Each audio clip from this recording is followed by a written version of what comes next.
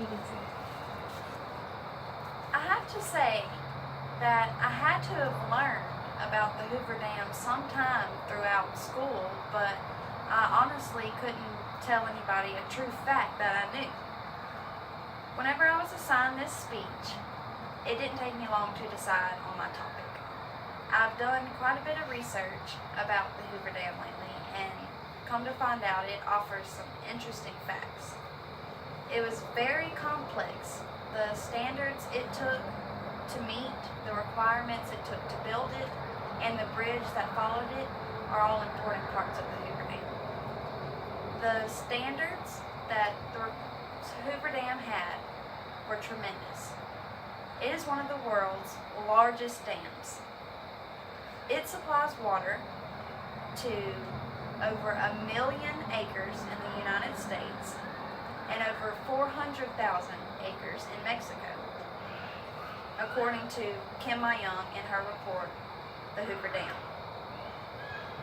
The Hoover Dam can manage the Colorado River for up to 2 years, according to statistics. It is 726 feet tall, which is twice the height of the Statue of Liberty.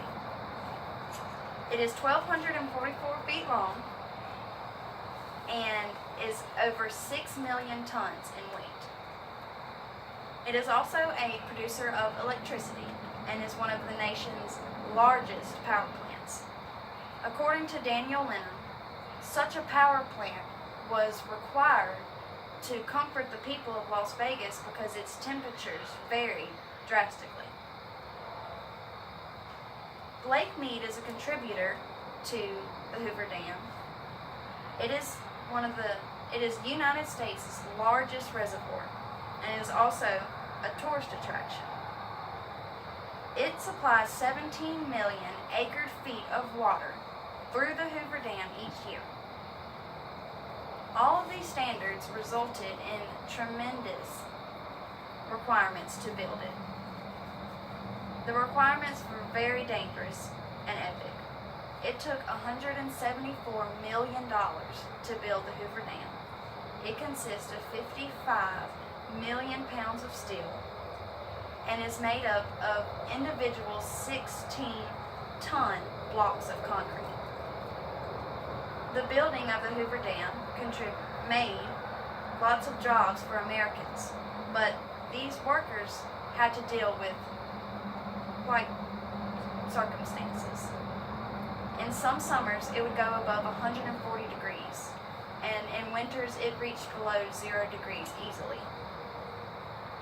The workers had to tolerate dehydration, carbon dioxide poisoning, and sometimes electrocution.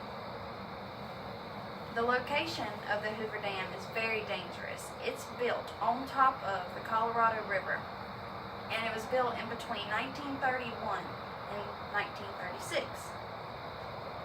The Colorado River floods, especially after spring, and it isolates towns and destroys farms all the time.